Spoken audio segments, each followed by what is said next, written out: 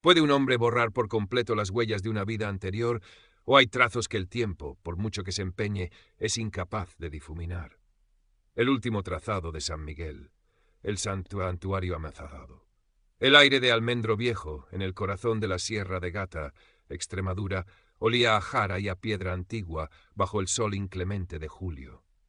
Dentro del monasterio de San Miguel, una joya del siglo XVI que se aferraba a la ladera de una colina como un nido de águila, Alejandro Alex Valerius trabajaba con la paciencia de un monje medieval.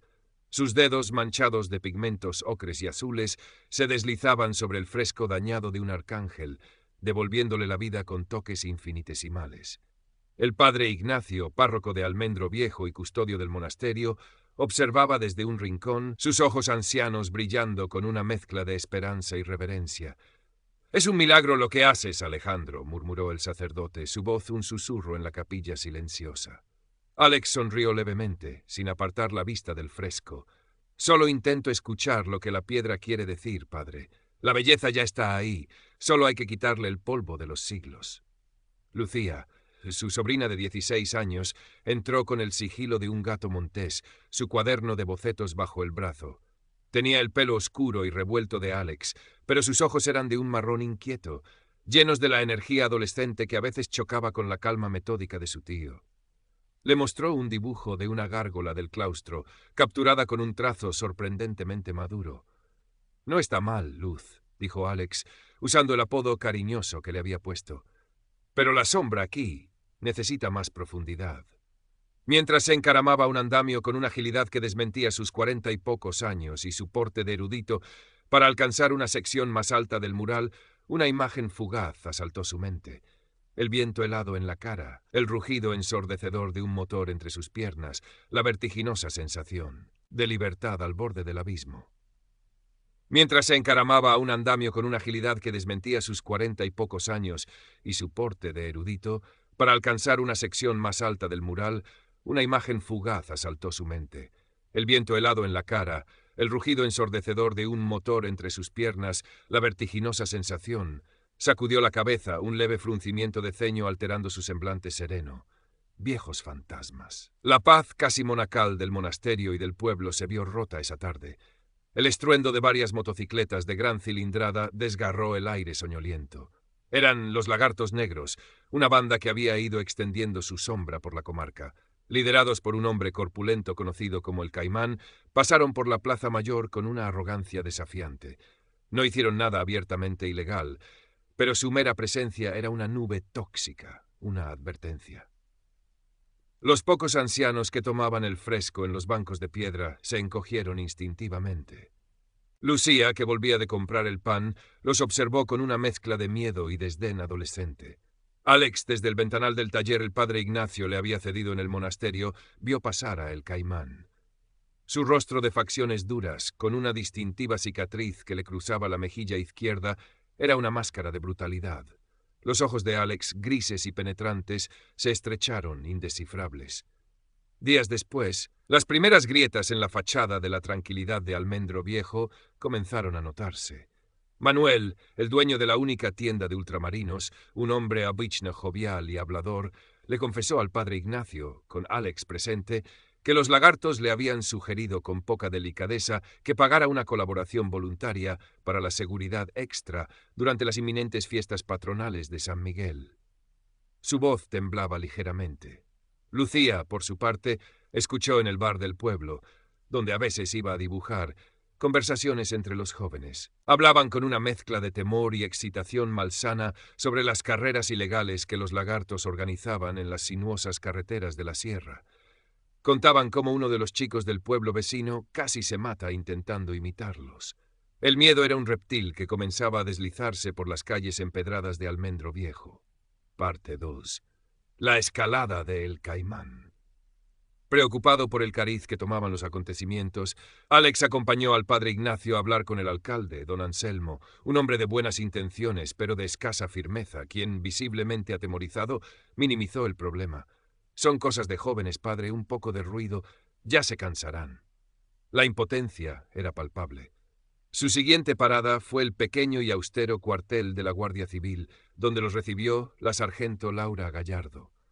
Era una mujer de unos 35 años, de mirada directa y profesional, asignada recientemente al puesto.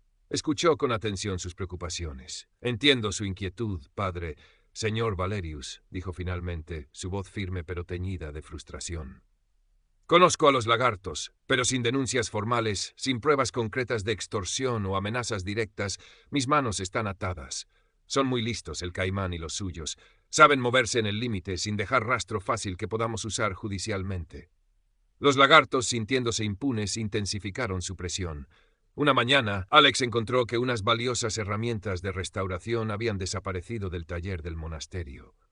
Días después, un lote de pigmentos especiales, difíciles de conseguir, apareció accidentalmente derramado por el suelo. Eran pequeños sabotajes, mensajes sutiles pero claros. La tensión crecía. Una noche, durante una verbena organizada por los vecinos para recaudar fondos para las fiestas, el caimán y una docena de sus hombres irrumpieron en la plaza con sus motos, derribando algunos puestos de artesanía y dulces, sembrando el pánico entre las familias. Una noche, durante una verbena organizada por los vecinos para recaudar fondos para las fiestas, el caimán y una docena de sus hombres irrumpieron en la plaza con sus motos, derribando algunos puestos de artesanía y dulces, sembrando el pánico entre las. No agredieron a nadie directamente, pero su demostración de fuerza fue brutal. Solo queríamos animar un poco la fiesta, gritó el caimán con una sonrisa burlona antes de marcharse entre el rugido de los motores. Lucía, que estaba ayudando en un puesto, logró grabar con su móvil parte del altercado antes de que uno de los secuaces del caimán, un tipo con cara de pocos amigos y tatuajes de escamas en el cuello, la intimidara con la mirada para que dejara de grabar. Temblaba de rabia e impotencia. Al día siguiente, Lucía canalizó su frustración de la única manera que conocía. Al amparo de la noche, armada con sus aerosoles, creó un impresionante grafiti artístico en un muro céntrico y abandonado, un muro que todos veían al pasar. Representó el monasterio de San Miguel, fuerte y luminoso, pero rodeado de sombras con formas vagamente reptilianas que intentaban alcanzarlo. Y apenas esbozada, una figura estilizada, casi etérea, montada en una moto, interponiéndose como un escudo protector. Era su grito silencioso, su acto de resistencia. La respuesta no se hizo esperar. A la mañana siguiente, el grafiti de Lucía había sido brutalmente tachado con grandes brochazos de pintura negra. Encima, con pintura roja sangre, campeaba el símbolo de los lagartos, un lagarto de aspecto agresivo. Lucía, al verlo, se quedó petrificada, las lágrimas asomando a sus ojos. No era solo un grafiti, era un ataque personal, una profanación de su arte y de su espíritu.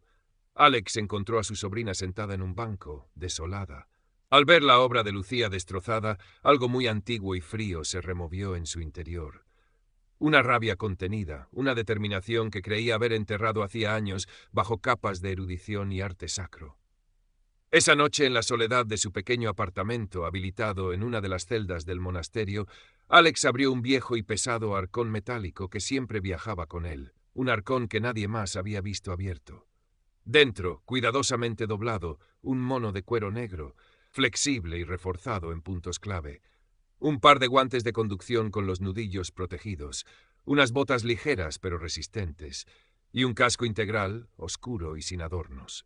En el fondo del arcón, bajo una lona, descansaba una moto deportiva, una máquina ágil y potente de líneas afiladas, de un modelo ya clásico, pero mantenida en un estado impecable, la moto del Trasador. Con una precisión metódica que contrastaba con la tormenta de emociones en su interior, Alex comenzó a revisar la moto. El motor tosió una vez y luego rugió con un sonido profundo y familiar que hizo vibrar los antiguos muros del monasterio.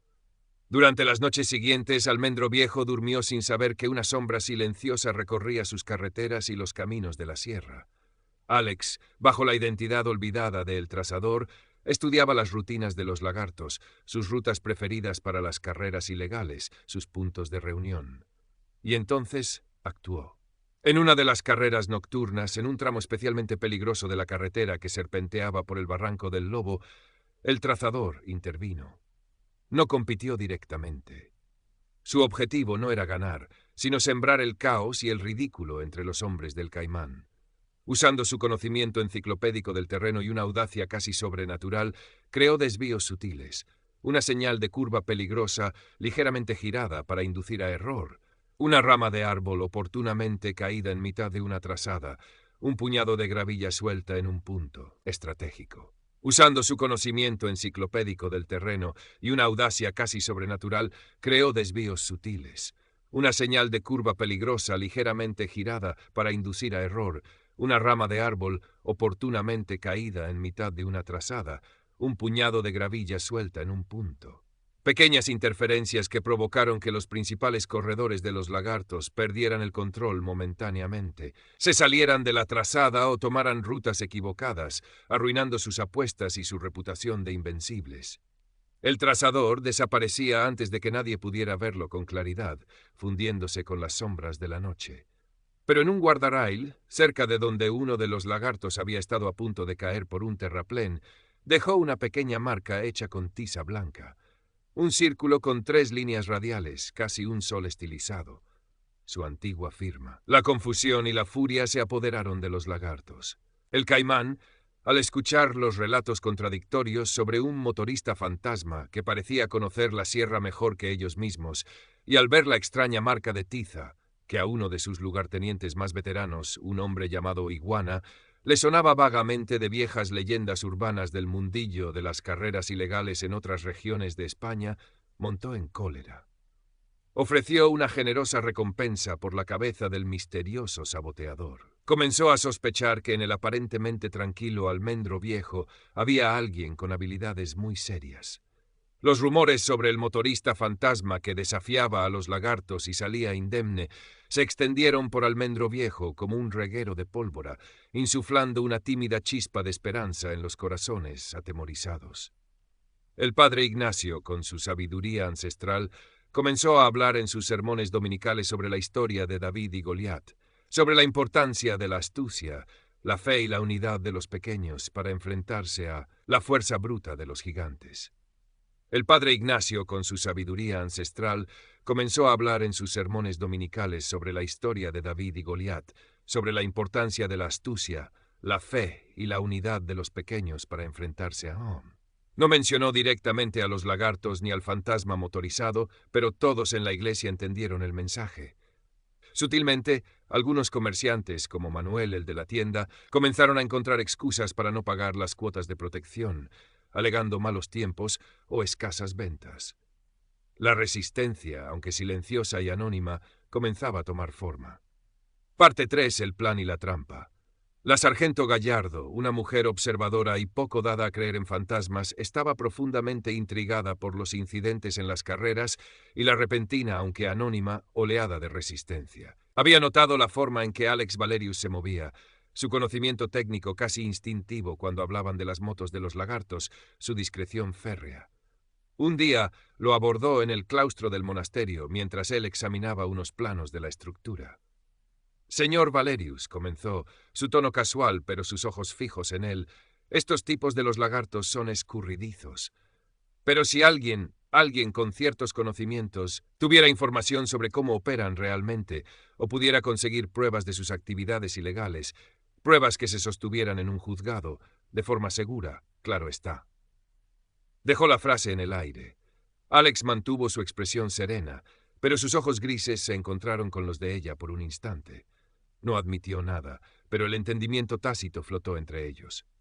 Antes de marcharse, Gallardo sacó de su bolsillo un pequeño objeto. «Esto es un dispositivo de grabación de alta calidad.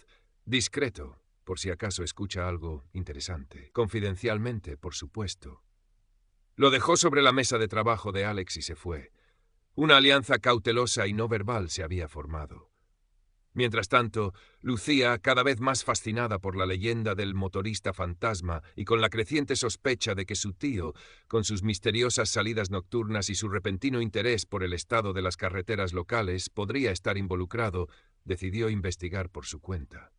Usando su conocimiento de los atajos y senderos que rodeaban Almendro Viejo, y la habilidad para moverse sin ser vista que había desarrollado para sus incursiones artísticas nocturnas, comenzó a seguir discretamente los movimientos de algunos miembros de los lagartos.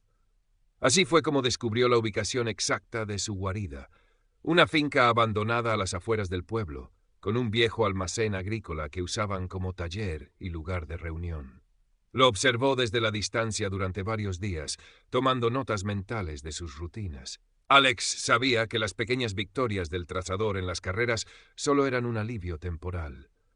Necesitaba pruebas contundentes, algo que la sargento Gallardo pudiera usar para desmantelar la banda de El Caimán de una vez por todas. La oportunidad se presentaría pronto. Se enteró a través de un comentario escuchado al vuelo en el bar que el Caimán iba a celebrar una reunión importante en la guarida con sus lugartenientes para planificar la extorsión final durante las fiestas patronales y distribuir las tareas de control. Era su momento, su objetivo, infiltrarse, colocar el dispositivo de grabación de Gallardo y obtener cualquier evidencia física que pudiera encontrar, especialmente sobre la extorsión y los sabotajes.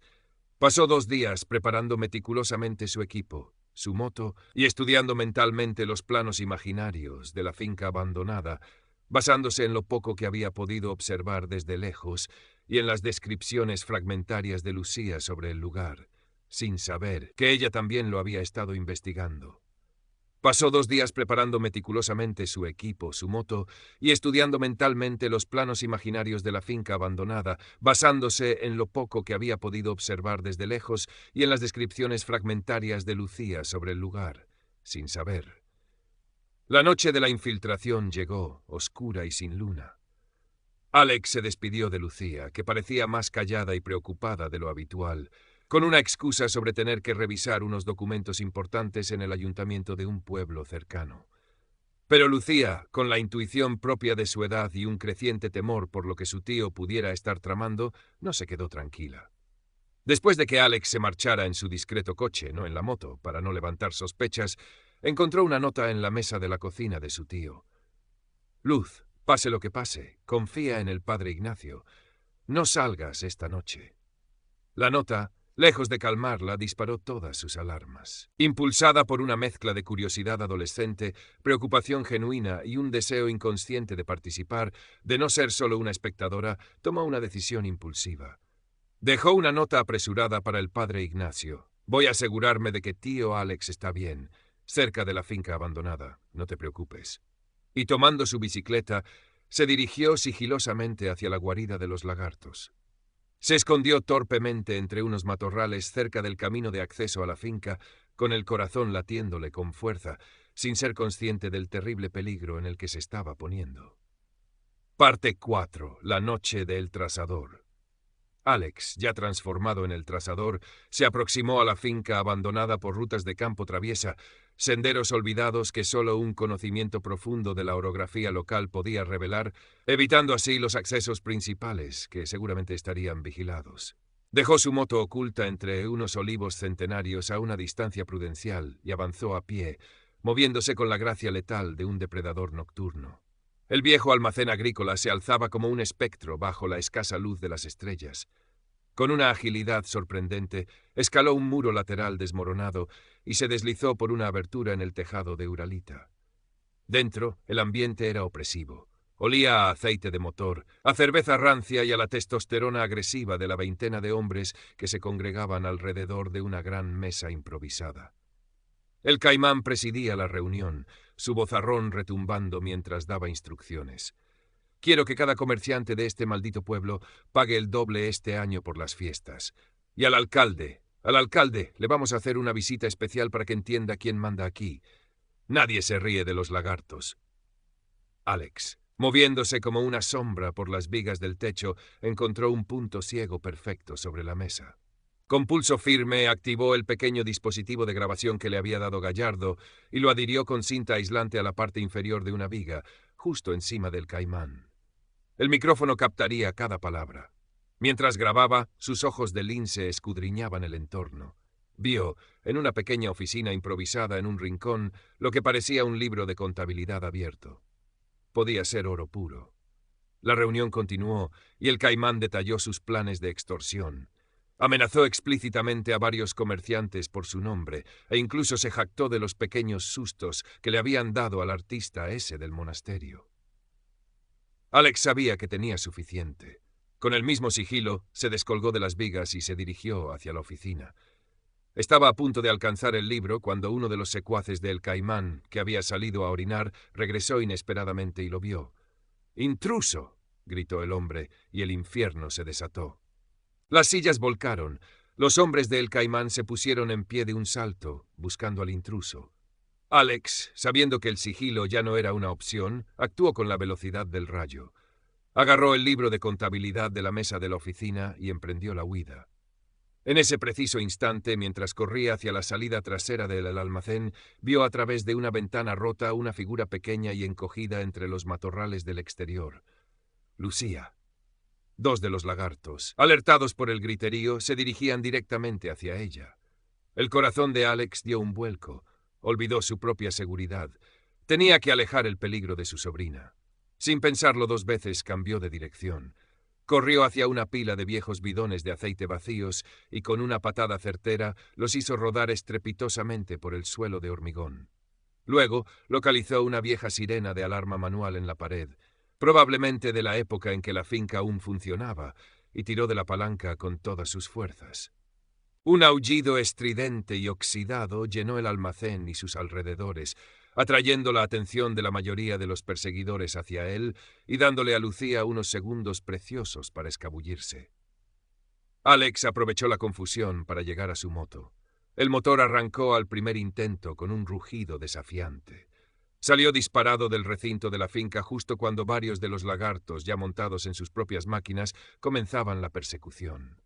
La noche se convirtió en un ballet mortal de luces y sombras. Alex conocía esas carreteras como la palma de su mano, pero ahora las recorría con una jauría pisándole los talones.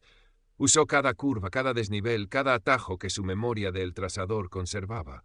Con maniobras al límite de la física, hizo que uno de sus perseguidores se saliera en una curva cerrada llena de gravilla.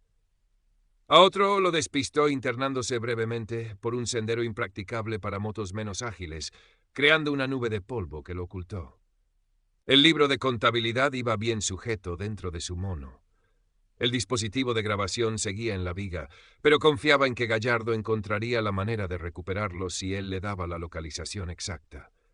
Finalmente, solo el Caimán, montado en su customizada y potente moto, con su motor bramando como una bestia herida, logró seguirle el ritmo. La persecución se convirtió en un duelo personal. Una lucha de habilidad y nervios en la carretera más peligrosa de la sierra, la que bordeaba el precipicio del Tajo del Diablo. El Caimán, ciego de rabia, intentó embestirlo varias veces, buscando derribarlo. Pero Alex era demasiado rápido, demasiado preciso. En una curva a la izquierda, especialmente cerrada, con el abismo a un lado y la pared de roca al otro, Alex ejecutó una maniobra imposible.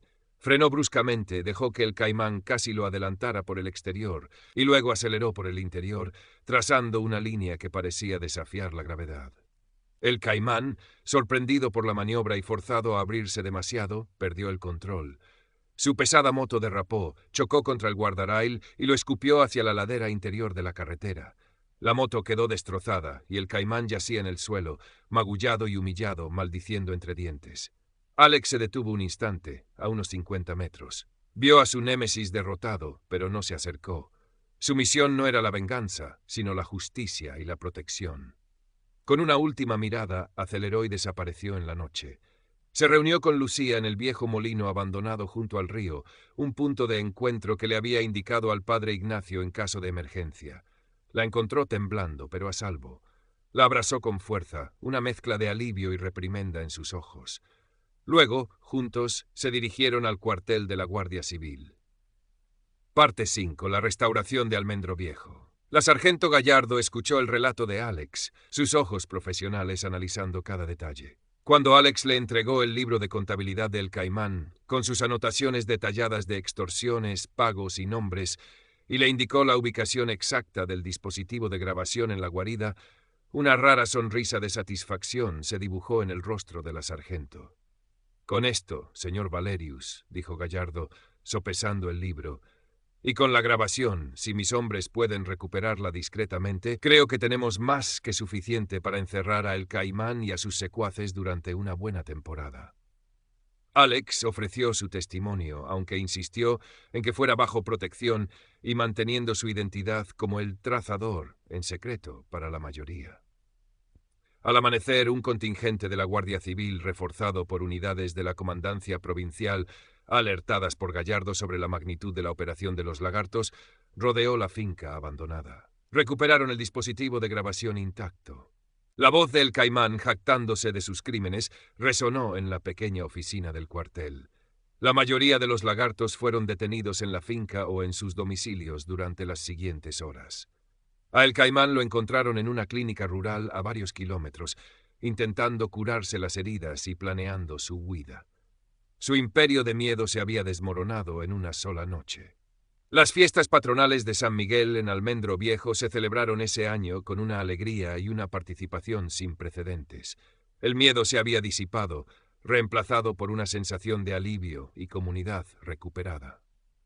El monasterio de San Miguel, con sus frescos casi completamente restaurados por Alex, fue el epicentro de muchas de las actividades culturales.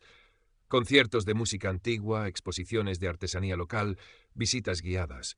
Lucía, con el permiso del ayuntamiento y la ayuda entusiasta de otros jóvenes del pueblo, completó un gran mural en la pared de la plaza que antes había sido profanada. Era una obra vibrante y llena de esperanza. Representaba la belleza agreste de la sierra extremeña, el monasterio renacido y protector, y de forma sutil pero inconfundible para algunos, la silueta estilizada de un motorista solitario, casi un espíritu guardián, velando por el pueblo desde las alturas. Todos, incluso sin conocer los detalles, entendieron el mensaje de resiliencia y protección. Pasaron los meses. Almendro Viejo no volvió a ser el mismo, pero para mejor. La caída de los lagartos había insuflado nueva vida al pueblo. El monasterio, bajo la dirección cultural del padre Ignacio y con Alex como principal restaurador y asesor, se convirtió en un centro cultural vibrante que atraía a visitantes, artistas y estudiosos. Alex continuó su meticuloso trabajo de restauración, pero ahora también dedicaba parte de su tiempo a dar clases de historia del arte y técnicas de conservación a los jóvenes del pueblo, incluida una Lucía mucho más madura y centrada que había encontrado en el arte una poderosa herramienta de expresión y cambio social. Alex continuó su meticuloso trabajo de restauración, pero ahora también dedicaba parte de su tiempo a dar clases de historia del arte y técnicas de conservación a los jóvenes del pueblo, incluida una Lucía mucho más madura y centrada